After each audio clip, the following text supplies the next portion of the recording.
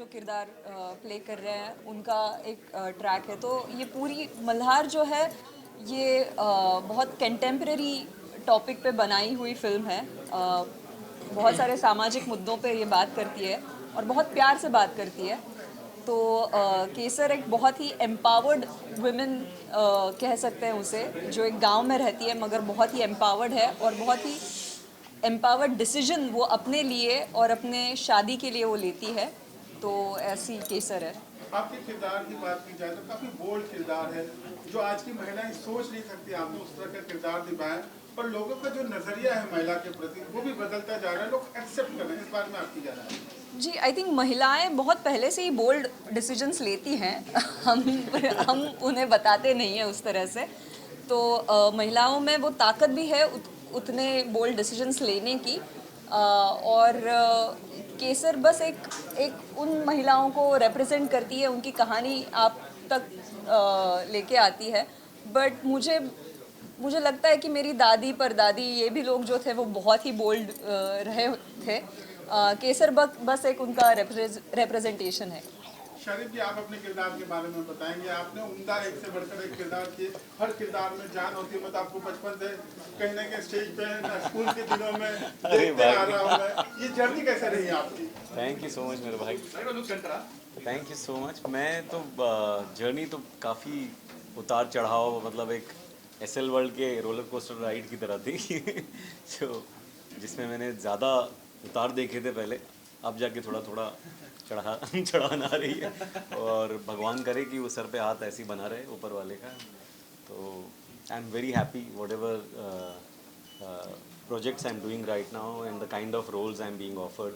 तो मैं बहुत खुश हूँ, और मैं बहुत खुश हूँ कि मैं मल्हार जैसी एक प्यारी सी खूबसूरत फिल्म का हिस्सा हूँ।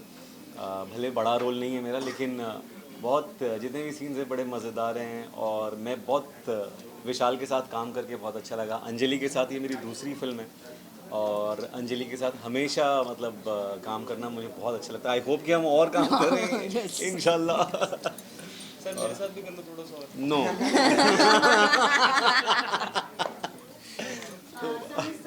शादी बात दोनों से जानना चाहूंगी। अगर इस फिल्म की बात करें हम, तो सबसे ज्यादा ब्रेकफास्ट में आप लोगों से कि आपके लोगों के प्रोजेक्ट अगर देखें तो एक से बढ़कर एक प्रोजेक्ट आप लोगों ने किया है। इस फिल्म में क्या खासियत आपने देखा आप लोगों ने स्पेशली कि इस फिल्म को करना जरूरी है ऑडियंस को? मैं तो यही कहूँगा, स्क्रिप्ट सबसे बड़ा डिसाइडिंग फैक्टर था मेरे लिए, क्योंकि इतनी बढ़िया लिखी हुई स्क्रिप्ट। हम लोग इतनी स्क्रिप्ट्स पढ़ते हैं ना, जिसमें से कई बार आधे में हम सो जाते हैं, और अगर नरेशन हो रहा है फिर तो, और फिल्म की स्क्रिप्ट बुरी है, फिर तो भगवान ही बचा है। भाग भी नहीं सकते नरेशन भाग भी से। नहीं सकते। पढ़ने के वक्त आदमी फिर भी वो कर लेता है। तो ऐसे में जब आपको एक अच्छी स्क्रिप्ट मिलती है तो वो एक it is like a blessing in disguise. और ऐसी एक खूबसूरत स्क्रिप्ट विशाल ने लिखी है मल्हार की। बहुत काफ़ी मुद्दों को टच करती है बिना कहीं प्रीची हुए, और बच्चों से इन्होंने इतना बढ़िया काम करवाया है। मतलब बहुत बहुत अच्छी मेरा लिए डिसाइड कर, जो आप कह रहे हैं, मेरे लिए वो स्क्रिप्ट था डिसाइडिंग फैक्टर। और मैंने इनकी एक शॉर्ट फिल्म देखी थी, तो इनके ऊपर भी भरोसा आ गया था। और फिर अंजलि है, इन्होंने मुझे बताया, तो फिर गेम ओवर हो गया।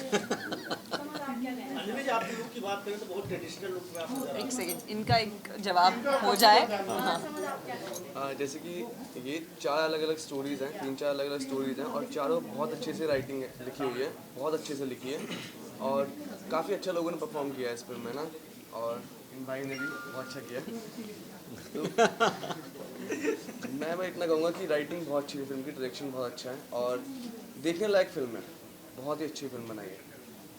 सर एक सवाल आप सभी से है। मैं काफ़ी दिनों बाद एक ऐसा पोस्टर देख रहा हूँ मूवी का कि अभी पोस्टर देखो तो बंदूक बारूद यही सब देखने मिलता है, या फिर बम ब्लास्ट के सीन, गाड़ियों के एक्सीडेंट का सीन, कपड़े भी वेस्टर्न टाइप देखने के लिए मिलते हैं। लेकिन ऐसा पोस्टर मुझे दिख रहा है जिसमें सब कुछ ट्रेडिशनल है, पहनावा वगैरह, ग्रामीण परिवेश से जुड़े लोग और वगैरह दिख रहे हैं। तो इस तरह का जो प्रयोग किया गया मूवी में, वो क्या आपके विचार क्या है इस बारे में? लोग रिलेट कर पाएंगे क्या? बिल्कुल रिलेट कर पाएंगे। पंचायत इतना बड़ा हिट क्यों है, उसमें तो मतलब वो एकदम हार्टलैंड को फोकस करता है, और लोगों ने उसे इतना सराहा है। मेरे ख्याल से तो उल्टा, कहानियाँ जब अपने रूट से जुड़ी होती है ना, तो लोग उसे और ज़्यादा पसंद करते हैं। इनफैक्ट वो इंटरनेशनल हो जाती हैं फिर। तो मेरे हिसाब से तो वो हमारा प्लस पॉइंट है और आई होप कि ऑडियंस भी उसे उस नज़र से देखेगी और एक फ्रेशनेस, जैसे आपने कहा कि इतने सारी गोला बारूद और बंदूक वाली चीज़ें, तो उनके लिए भी एक ब्रेथ ऑफ फ्रेश एयर होगी मल्हार। सारिद साहब ये भी जानना चाहेंगे, अगर कोई भी फिल्म आती है बॉलीवुड में, उसकी प्रमोशन बहुत बड़े पैमाने पे होती है, तो इस फिल्म का किस तरह से प्रमोशन आप सभी करते हैं आर्टिस्ट की, लोगों तक ये फिल्म पहुँचे? क्योंकि जब भी एक कहते हैं छोटे बजट की फिल्म आए तो कहीं ना कहीं उन लोगों तक नहीं पहुँचती जो एक्चुअल में ये फिल्म सबको देखनी चाहिए। ये इसका मतलब जवाब जो है वो तो प्रोड्यूसर साहब बेहतर दे पाएंगे। हम तो उनके साथ में अवेलेबल हैं, वो जहाँ बोलेंगे हम वहाँ पहुँच जाएंगे। मगर ये लेकिन हाँ, सबसे अच्छी बात ये है कि हमारे जो प्रोड्यूसर है उन्होंने द फिल्म इज़ रिलीजिंग, मतलब 100 से ज़्यादा थिएटर्स में रिलीज़ हो रही है हिंदी में और 50 थिएटर्स में रिलीज़ हो रही है मराठी में। So it's a huge risk that he has taken. ये बहुत ही मतलब बहुत बड़ी बात है और उनका विश्वास भी इस फिल्म पे दिखता है, विशाल के काम पे दिखता है। और ये फिल्म बहुत ही उम्दा बनी हुई है, इतने सारे लोगों ने इतनी मेहनत बना के इस फिल्म को बनाया हुआ है। तो जैसे कि ये कह रहा है कि रूट से जुड़ी हुई कहानी है, एक फील गुड फिल्म है, but at the same time ये बहुत सारे समाज के बहुत सारी जो क्या कहते हैं मुद्दे हैं उन पे बात करती है। तो इट्स ऑल एंड ऑल ये एक पैकेज फिल्म हम कह सकते हैं इसको। सबसे अहम मुद्दा जो फिल्म में दिखाया गया है, कुछ उस पे आप बताना चाहेंगे? जो डायरेक्टर कुछ बताना चाहेंगे अहम मुद्दे पे? बेसिकली ये फिल्म रिलेशंस आई विशाल इथे ये बेसिकली ये स्टोरी का मेन है कि रिलेशंस, ट्रस्ट और फ्रेंडशिप जो हमें अपने डेली के लाइफ में आनी चाहिए, वो पॉइंट्स मैंने यहाँ पे मेंशन किए हुए मोस्टली। और इसका बेस ही वही है, ट्रस्ट और रिलेशनशिप में और प्यार में क्या होना चाहिए, ये मुद्दे इसमें हैं। अच्छा विशाल जी, इस जर्नी की शुरुआत किस तरह से हुई? 4 पैरेलल कहानियां फिल्म में चलती हैं, इसकी आपको प्रेरणा कहाँ से? बेसिकली ये जो स्टोरी है ये दो छोटे बच्चों के ऊपर थी और साइमल्टेनियसली एक गांव में ये स्टोरी बन रही थी। तो उसमें रिलेशंस बॉन्ड कैसे बनते जाते हैं और जो इमोशंस और लव कैसा होना चाहिए उसका ट्रैवल थोड़ा सा इसमें मैंने ये किया है। इस फिल्म की यूएसपी आपको क्या लगती है? लोग क्यों देखना पसंद करें? क्या यूनिक सेलिंग पॉइंट है आपको लगता है? आज जहाँ पर ग्लैमर लुक लोगों को देखना बहुत अच्छा लगता है, बहुत लार्जर देन लाइफ फिल्म देखना पड़ता है, मज़ा आती है, तो ऐसे में गांव पर आधारित एक गांव की फिल्म है, कैसे लोग रिलेट करें, क्यों देखना चाहिए?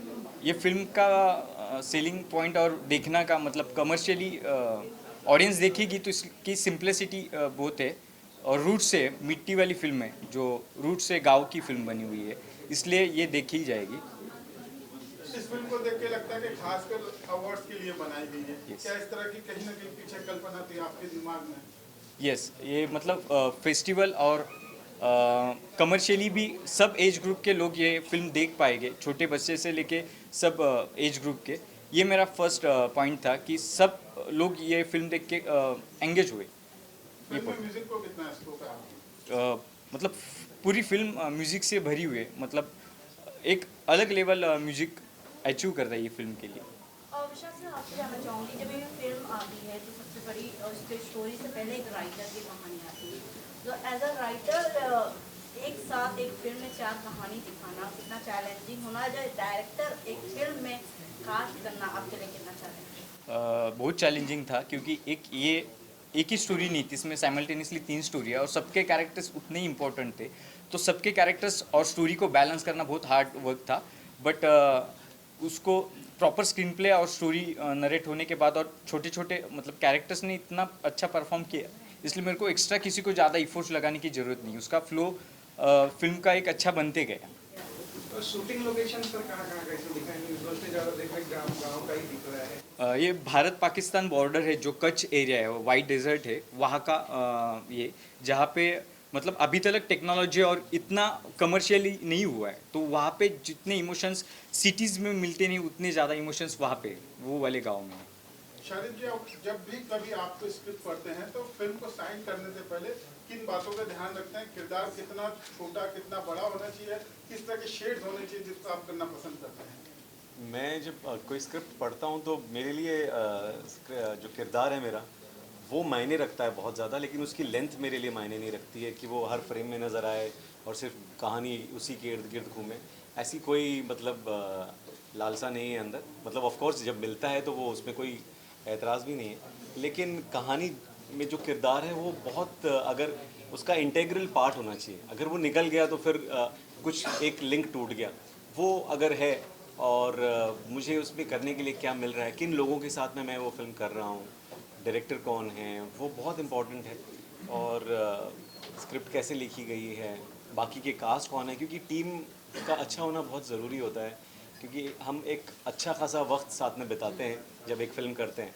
तो अगर आप जब हम मिल रहे हैं अगर तार ना मिले तो फिर वो शूट पे भी फिर गड़बड़ हो जाती है। तो इस वजह से वो एक बेसिक एक वेवलेंथ मैच होना बहुत ज़रूरी है डायरेक्टर के साथ खासकर। तो मैं ये सारी चीज़ें देखता हूँ, फिर उसके अलावा पैसे भी थोड़े देख लेता हूँ। क्या कहना चाहोगे किस तरह का आपका एक्सपीरियंस रहा इतने बड़े बड़े आर्टिस्ट के सामने किस तरह का एक्सपीरियंस रहा आपका पूरे आर्टिस्ट के सामने शाबाश एक साथ परफॉर्म करना 30 कैरेक्टर जब एक फिल्म में दिखाए जाए तो अपने कैरेक्टर को लेकर कितना सबकॉन्शियस रहना। तो जैसा शाहरुख सर ने कहा कि भाई मतलब जब फिल्म जब सुनाई गई तो पेपर पे it was an amazing film. सबसे पहली चीज़ तो ये, उसके बाद मुझे पता लगा कि उसमें I am paid against opposite Anjali, तो बस हो गया बात खत्म मेरे लिए। ऑनेस्टली बताऊँ वहाँ पर फिल्म खत्म थी, मैंने कहा मैं ये फिल्म कर रहा हूँ। There is nothing more to it. मुझे तो बाद में पता लगा कि विशाल ने एक शॉर्ट फिल्म की थी जो उसने मुझे बाद में दिखाई, और उसके बाद उसको देख के मुझे और ज़्यादा विश्वास बढ़ गया। That is true. पर ऑनेस्टली स्टार्टिंग में सिर्फ और सिर्फ स्क्रिप्ट और मुझे पता लगा था कि अंजलि करने वाली। शाहरुख सर का तो बाद में पता लगा, मुझे पता भी नहीं था। शूट पे मिले हम। तो शूट पे मिला। So suddenly he fail in love with me. उल्टा हो चेंज हो गया, मेरा हिसाब चेंज हो गया। आए थे अंजलि के लिए, मेरे प्यार में पड़ गए। आपका किस तरह experience please. Hi, hello everyone. So this apparently is my first film. तो मैंने खुद को बड़े स्क्रीन पर फर्स्ट टाइम देखा, तो definitely this was an overwhelming experience, but I don't think I could have asked for anything better, because as I said team को भी फिल्म देखने के बाद मेरा यही एक मैसेज था कि it is all about elevating each others game. कोई एक आदमी अच्छा करे, बाकी तो it was all like all the strings coming together to create a beautiful melody, and this is what I feel about everybody else's performance, not just actors but all those people who've worked really really hard behind the camera. So kudos to the entire team, and I'm really happy and grateful to be a part of this wonderful wonderful wonderful collaboration. मैं चाहूंगी आप दोनों जन भी centre में अपने experience actually हमारे film के एक्चुअल स्टार्स ये हैं। श्रीनिवास, एक सवाल मैं आपसे पूछना चाहूंगा। आपके किरदार को बहुत ही बखूबी से दिखाया गया। आप शायद सुन नहीं पाते थे, बराबर। वो जो एक सीन है जहाँ पे हीरोइन है, उसकी डेथ हो जाती है, जहाँ पे आप आते हैं, उस इमोशन के बारे में कुछ बताएंगे? उसके लिए आपको क्या गाइडेंस मिली थी, वो कैसे रहा, और आपका किरदार उसके बारे में?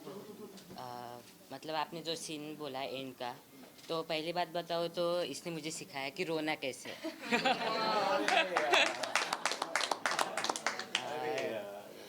क्योंकि इसने बताया मुझे रोना कैसे है, और मतलब ऐसे ही नहीं कि इसके तरफ से बहुत सारे एक्टर है उनकी तरफ से मुझे गाइडेंस मिला। और आपने देखा होगा कि भैरव है, तो उसका मतलब